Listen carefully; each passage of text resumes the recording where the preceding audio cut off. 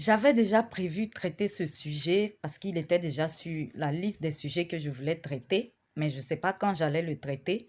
Mais à cause de l'histoire que j'ai entendue, que je viens d'entendre, ça m'a vraiment motivée, ça m'a boosté pour traiter en même temps le sujet.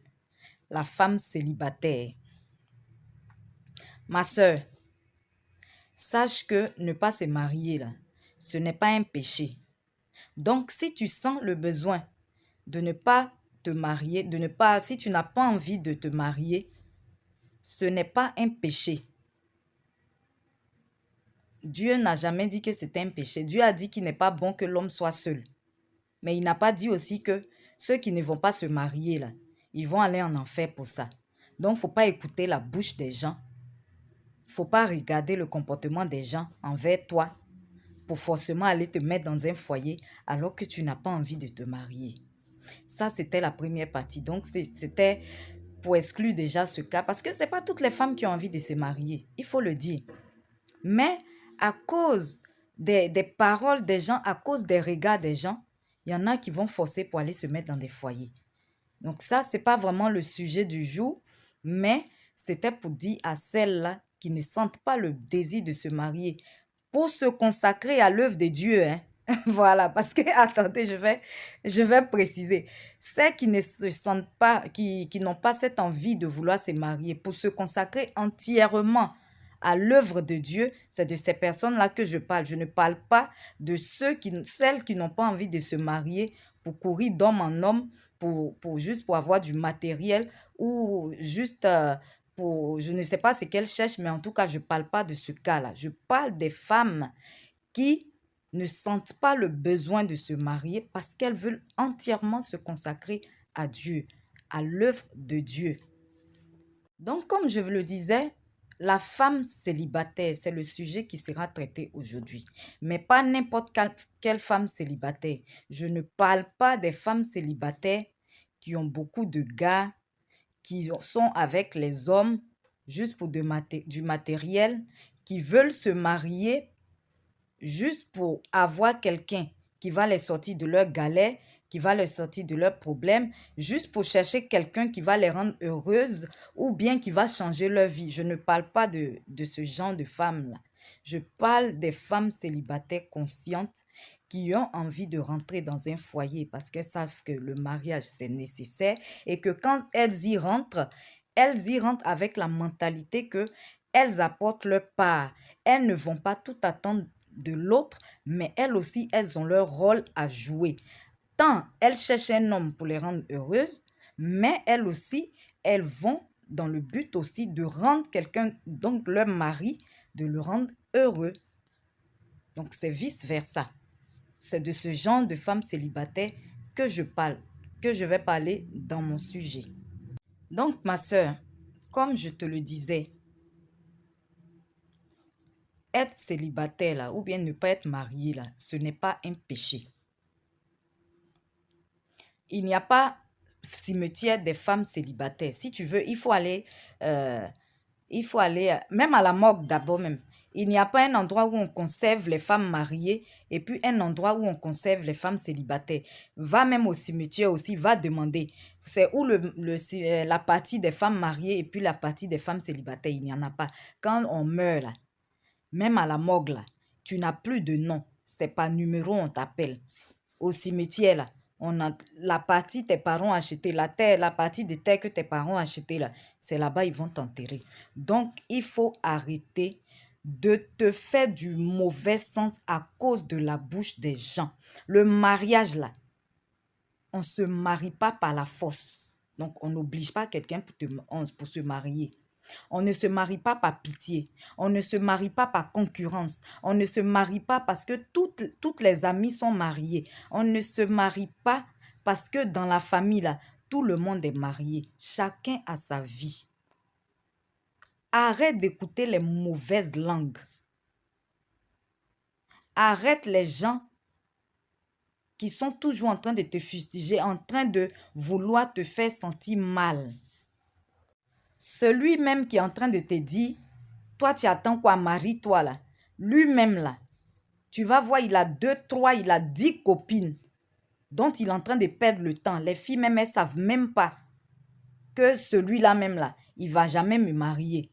10 copines que tu as là, demain là, tu penses que qu'est-ce qu'elles vont devenir ces filles-là? Toi seul, tu as bloqué 10 femmes, alors que ces filles, et elles ne savent même pas hein, que tu as d'autres copines. Pour elles, elles sont avec leurs copains un peu, jusqu'à un jour, ils vont se marier. Alors que toi, dans ton projet là même là, ce n'est jamais de marier cette fille. Mais toi aussi, tu es en train de dire à quelqu'un d'autre ou à ta soeur, marie-toi, ton âge avance. Âge avance et puis quoi? L'âge là, ce ne sont que des chiffres. C'est 1, 2, 3, 4.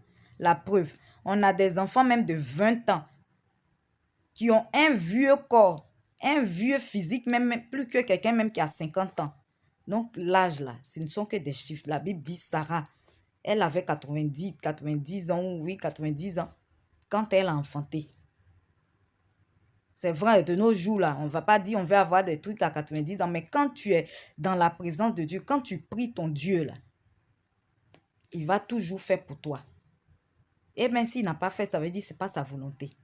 Tu lui demandes de disposer ton cœur par rapport à lui, sa volonté. Jésus dont on parle aujourd'hui, on prie au nom de Jésus là. Jésus n'a jamais connu une femme. Jésus s'est jamais marié. Mais aujourd'hui, on parle de Jésus. On parle de Jésus que ceux en son temps même qui étaient mariés là. L'apôtre Paul, qui était un grand apôtre, le plus grand même on dirait, avec tous les livres qu'il a écrits, il ne s'est pas marié. Je ne sais pas s'il était marié avant, mais quand il a commencé à prêcher pour Jésus, Paul ne s'est pas marié. On va voir ce qu'il dit à ce sujet. Nous allons lire 1 Corinthiens 7, le verset 1 à 2. Donc ça, c'est Paul qui parle, l'apôtre Paul.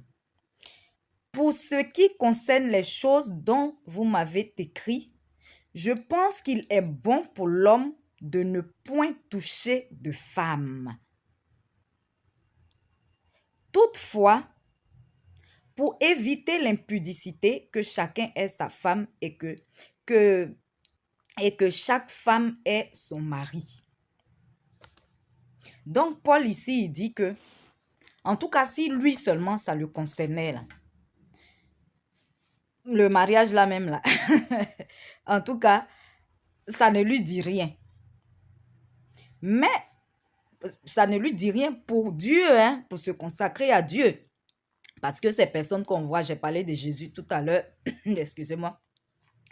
Jésus faisait l'œuvre de Dieu, c'est dans l'œuvre de Dieu qu'il les essaie, il ne s'est pas marié. Paul aussi, c'était pour l'œuvre de Dieu. Il ne s'est pas marié. Donc toi, ma soeur, aujourd'hui, si c'est pour l'œuvre de Dieu, que tu ne veux pas te marier, tu as le droit, tu as le plein droit. Dieu ne va pas t'envoyer en enfer pour ça. Mais je ne parle pas de... Je n'ai pas envie de me marier parce que je veux faire le djanguya, parce que je ne suis pas satisfaite par un seul homme. Ce n'est pas de ces personnes que je parle. Donc ici, Paul dit, si ça ne le concerne que lui, le mariage, ça ne lui dit rien. On peut ne pas se marier, se consacrer à l'œuvre de Dieu. Mais pour éviter, parce que aussi, il y a le corps aussi qui a ses désirs. Donc, pour éviter l'impudicité, pour éviter la fornication, pour éviter ce que certains religieux font, où on dit qu'ils ne se marient pas et qu'ils se cachent pour avoir des enfants, pour avoir des relations sexuelles, ce qui est encore le péché. Donc, Paul dit pour éviter ça, que chaque homme ait sa femme et que chaque femme ait son mari. Voici ce que la Bible dit. Donc, se marier, ne pas se marier là, ce n'est pas un péché. Se marier, c'est une bonne chose. À chacun de choisir comme il le sent. Donc, ma soeur, le gars lui-même qui a dit go, et puis il te dit, pourquoi toi-même tu n'es pas encore marié là? C'est dit go qui ne peut pas marier, mais il est en train de perdre leur temps là. C'est ce qui certainement toi aussi t'est arrivé. Tu es tombé sur un mauvais gars qui a perdu ton temps.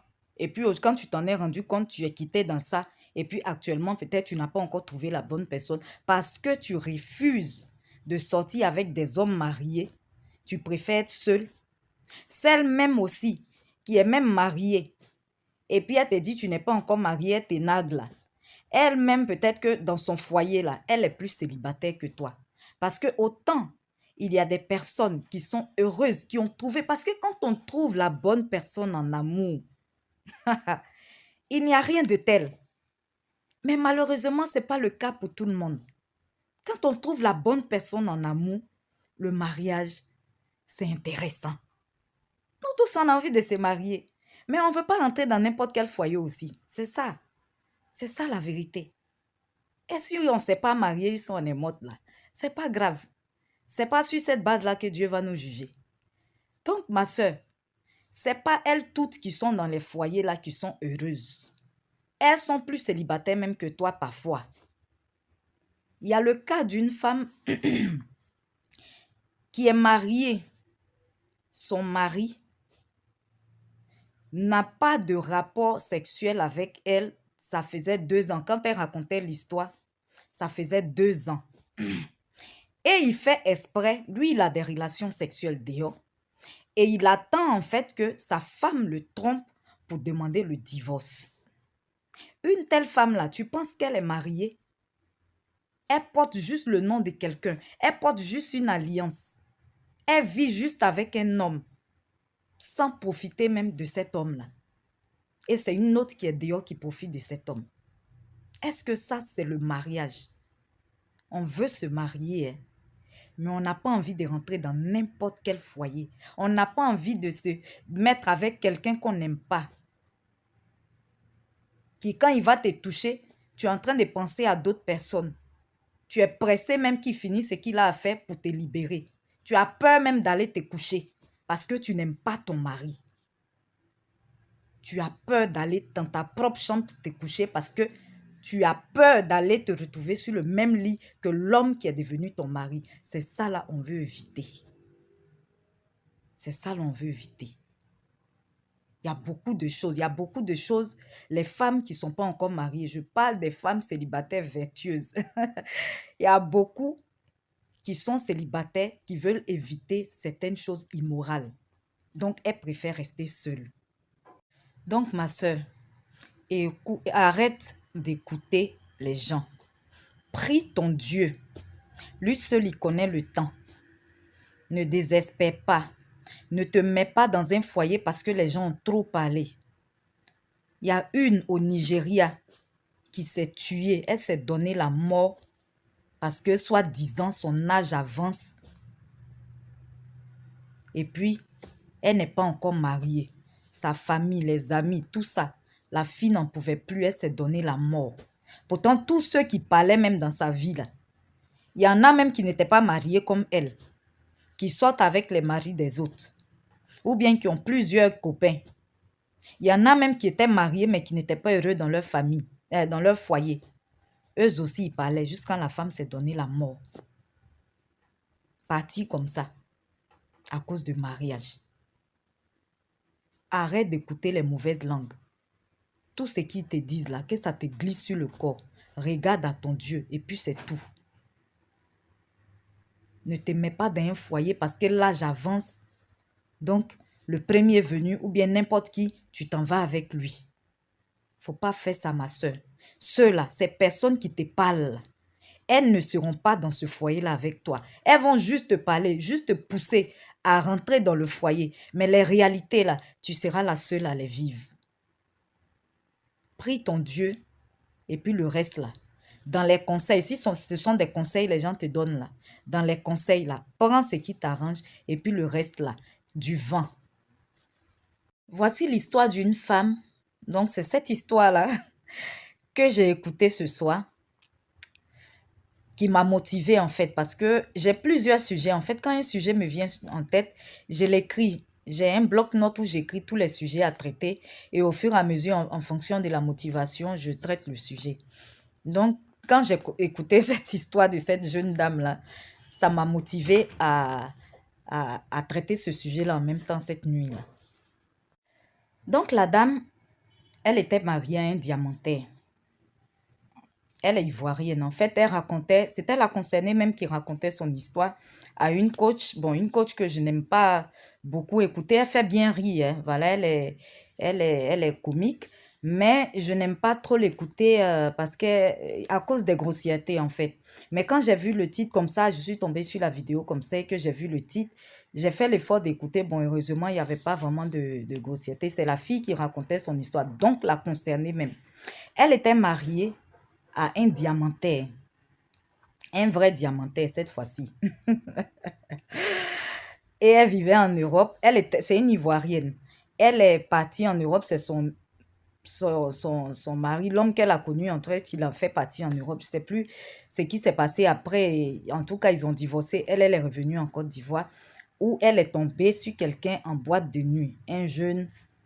En même temps, il lui a dit qu'il est footballeur, voilà. En tout cas, il lui a fait miroiter des choses. Le même jour, elle est partie avec lui. Elle a couché avec lui. Ils ont commencé à sortir ensemble. À chaque fois qu'ils devaient se voir, c'était chez elle. Que lui, il est quoi? Il a une école de football, il est footballeur. En tout cas, il lui a miroité des choses avec de faux papiers et tout ça. Et elle a cru. Donc, ils sortaient ensemble, mais c'est surtout chez elle qu'ils vivaient. Et il a parlé de mariage. En tout cas, il y a beaucoup de personnes qui lui doivent. C'est toujours comme ça. Je me souviens de l'histoire d'une aussi qui a vécu la même histoire. Mais apparemment, ça n'a pas servi de leçon à celle-là. Ou bien, je ne sais pas si ça s'est passé en même temps, je ne sais pas. Mais bon, on n'est pas là pour juger. Mais on est là pour tirer des leçons. Les histoires des autres doivent nous servir de leçons pour notre propre vie. Et donc, c'est comme ça qu'elle n'a qu'à organiser le mariage. Après, il va lui rembourser parce que les gens lui doivent beaucoup. Actuellement, c'est pas trop ça du côté financier. Elle lui a fait confiance. Elle a organisé le mariage. Ils vivaient ensemble pleinement maintenant et tout ça. Le monsieur, elle dit chaque jour, il se lève, il nettoie la maison et tout ça. Vous allez comprendre après. Et un jour, il a laissé son téléphone. Il y a une femme qui appelle. Elle a décroché. Elle dit qu'elle veut parler à la personne. Elle dit, c'est mon époux. Nous, les femmes, c'est toujours comme ça. L'épouse. Je suis l'épouse. C'est mon épouse. Surtout quand elle entend la voix d'une autre femme, elle va se montrer que c'est elle l'épouse là. Donc, que c'est son époux, qu'est-ce que la dame veut? La femme dit qu'elle a porté plainte contre le monsieur parce qu'il a escroqué, il a arnaqué. Et il se trouve qu'il avait fait la même chose avec cette femme, organisation de mariage et tout ça. Que la femme lui a dit, il faut beaucoup faire attention. Donc, quand il est venu, elle a mis sur le fait accompli. Je ne sais plus si elle a mis sur le fait accompli, mais en tout cas, elle est allée regarder là où elle gardait ses bijoux, puisqu'elle était mariée en diamantaire, elle avait des bijoux en diamant et tout ça, elle s'en va voir. Rien, aucun, zéro bijou. Quand le mec est rentré, elle lui demande où sont ses bijoux. Que non, il a vendu ses bijoux parce qu'il avait des dettes à payer. Lui qui disait que les gens lui devaient là. Aujourd'hui, là, maintenant, c'est lui qui a des dettes à payer. Mais il va lui rembourser. Elle est allée porter plainte aussi contre lui. Les gens, la dernière fois, je vous disais, les filles, que faites attention.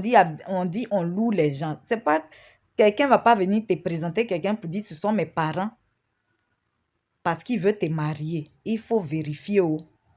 Comment même on peut vérifier aussi? Si ce n'est pas Dieu seul, par sa grâce, qui peut nous faire voir le vrai visage des gens ou bien nous montrer des signes ou bien vraiment exposer la personne.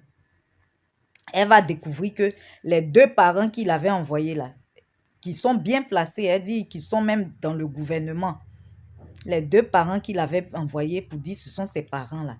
Ce sont les employeurs de lui, son papa, qui est gardien vigile chez les gens là. Donc, elle les a appelés pour leur dire, pour leur expliquer la situation. Ils n'ont pas voulu se mêler à cause du rang qu'ils occupent dans le pays et tout ça, mais que ce qui est sûr, ils vont voir. Le gars, puisqu'il y avait plusieurs plaintes, donc elle est allée porter sa plainte. Ils l'ont attrapé, il voulait fuir le pays, ils l'ont attrapé, ils l'ont mis en prison. Ses bijoux, elle ne sait plus comment elle va retirer ça. Donc voilà, mes soeurs. À cause de bouche des gens, quelquefois, on fait du n'importe quoi. Cette dame-là, tu vas voir que, parce que peut-être ses amis sont mariés, dans sa famille, les gens sont mariés, peut-être que les gens parlent, mais toi, tu t'es marié quand? Mais tu t'es marié quand? Tu t'es marié quand? Tu t'es marié quand? Si tu veux que je me marie là, il faut organiser mon mariage. Tu envoies tout en même temps. Tu envoies le mari, tu organises tout, réception, tout, tu organises. Et puis moi, tout ce que j'ai à faire là seulement, c'est de porter ta robe de mariage. Tout ce que tu m'as donné là, je porte ça seulement et puis je m'en vais à la mairie, je m'en vais à l'église. Il n'y a pas de problème. Sinon, il faut me laisser un peu ici. Si je ne suis pas mariée, là, je ne vais pas demander à ton mari de venir accomplir un rôle quoi, avec moi.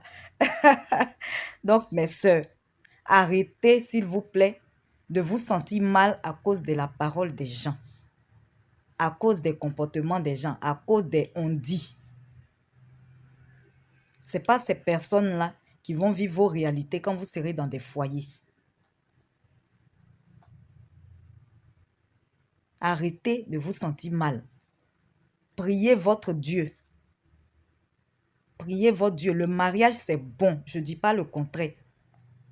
Mais pas à tout prix. Pas un foyer à tout prix. Pas un homme à tout prix.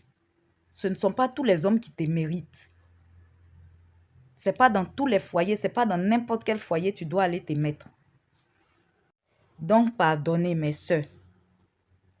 Arrêtez d'organiser vos propres mariages. Arrêtez de vous doter vous-même. C'est l'homme qui dote la femme. Ce n'est pas la femme qui se dote elle-même. Ce n'est pas la femme qui dote l'homme. La patience, là, on dit, c'est un chemin d'or. Il y a des gens qui se sont mariés tôt et après qui ont fini seuls parce qu'ils ont divorcé. Donc, le mariage, là, ce n'est pas une course. Ce n'est pas un concours. Ce n'est pas un critère pour aller au paradis. Il y a des gens même qui sont mariés avant toi. Mais, peut-être même que toi, tu vas te marier tardivement, là. Tu seras plus heureuse que ces personnes-là dans ton foyer. Peut-être tu vas trouver même un mari avec la patience. Tu vas trouver un mari qui est bien que ces personnes même qui se sont mariées avant toi. Donc, arrête de te marier par envie. Arrête de te marier par désespoir. Parce que tellement de gens, tu as attendu jusqu'à... Tu es désespéré. Ça veut dire l'homme même que tu ne pouvais même pas prendre comme mari là. Parce que tellement tu es désespéré maintenant là. Tu te laisses aller. Juste quand tu achètes, il y en a même qui achètent l'amour.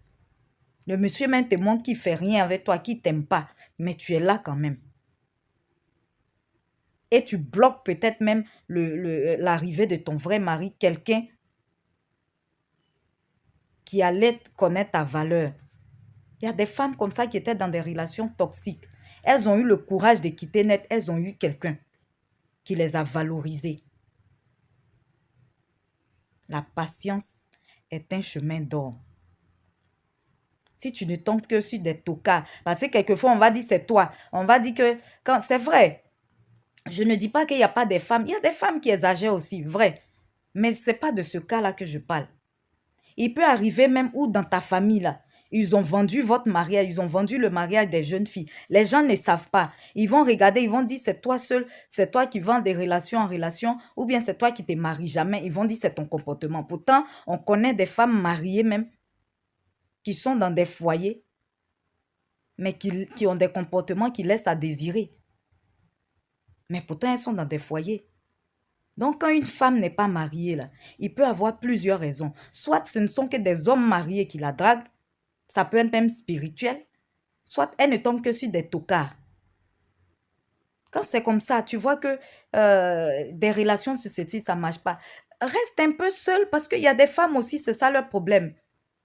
Elles ne savent pas rester seules. C'est-à-dire, elles sortent à peine d'une relation, elles n'est même pas encore guérie de cette relation-là, elles se mettent déjà avec quelqu'un d'autre. Et l'histoire se répète. Mais reste un peu seul pour réfléchir. Reste un peu seul pour profiter de ce temps-là avec Dieu, pour consacrer ce temps-là à Dieu. Peut-être qu'il va te dire beaucoup de choses, il va t'enseigner. Et comme ça, quand tu vas rentrer dans ton foyer, il y a des choses que tu sais déjà. Tu sauras te comporter pour ne pas perdre le foyer parce qu'il y a des femmes aussi qui se sont mariées tôt, qui ont eu la grâce du mariage, mais qui n'ont jamais duré dans ces foyers-là. Parce qu'une chose, c'est de se marier, mais une autre, là, c'est de conserver aussi ce foyer pendant longtemps. Parce qu'il y a des femmes, quand on a marié, même le même jour même, et puis le mari a demandé divorce. Tout ça, c'est des choses qui existent. Hein.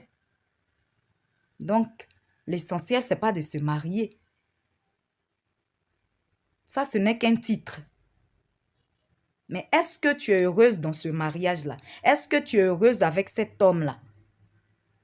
Est-ce que tu es heureuse de partager le lit de cet homme-là? Est-ce que tu es fière de partager la vie de cet homme-là? Si c'est non, ma chérie, c'est que tu n'es pas mariée. Certainement que tu pratiques même la prostitution dans ton propre foyer.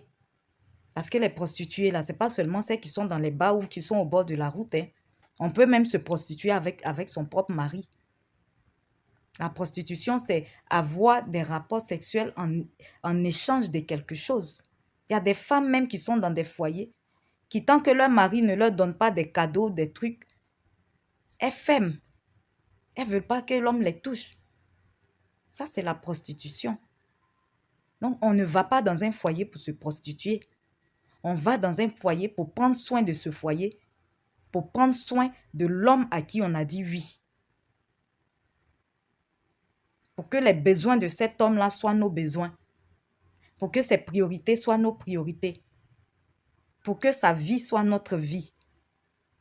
C'est pourquoi la Bible dit dans la parole de Genèse que l'homme quittera son père et sa mère s'attachera à sa femme et les deux formeront une seule chair. Donc c'est une seule vie. Mais vous ne pouvez pas être dans un foyer et puis chacun a sa vie, il y a deux vies. Ça, ce n'est pas un couple. Ce n'est pas le mariage, ça. Ma soeur, profite donc de ton célibat. Profite de ce temps-là pour te bâtir une relation avec Dieu. Profite de ces moments-là pour être dans l'intimité de Dieu, pour apprendre des choses de Dieu. Parce que quand tu seras dans le foyer, quand tu seras marié, ce sera aussi une autre réalité. Tu auras un mari, des enfants de qui tu dois t'occuper. Tu n'auras peut-être plus assez de temps à consacrer à Dieu. Ça ne veut pas dire que tu coupes quand même avec Dieu, parce que même dans la Bible, c'est écrit. La femme célibataire, elle appartient à Dieu, mais la femme mariée, elle appartient à son mari. Tu seras toujours en prière parce qu'il le faut pour que ton foyer soit toujours protégé aussi. Mais tu auras aussi d'autres charges. Donc, pendant que tu es célibataire, là, il faut profiter de ça pour te bâtir une relation solide avec Dieu. Et cette relation-là, ça va beaucoup t'aider dans ton foyer quand tu seras marié.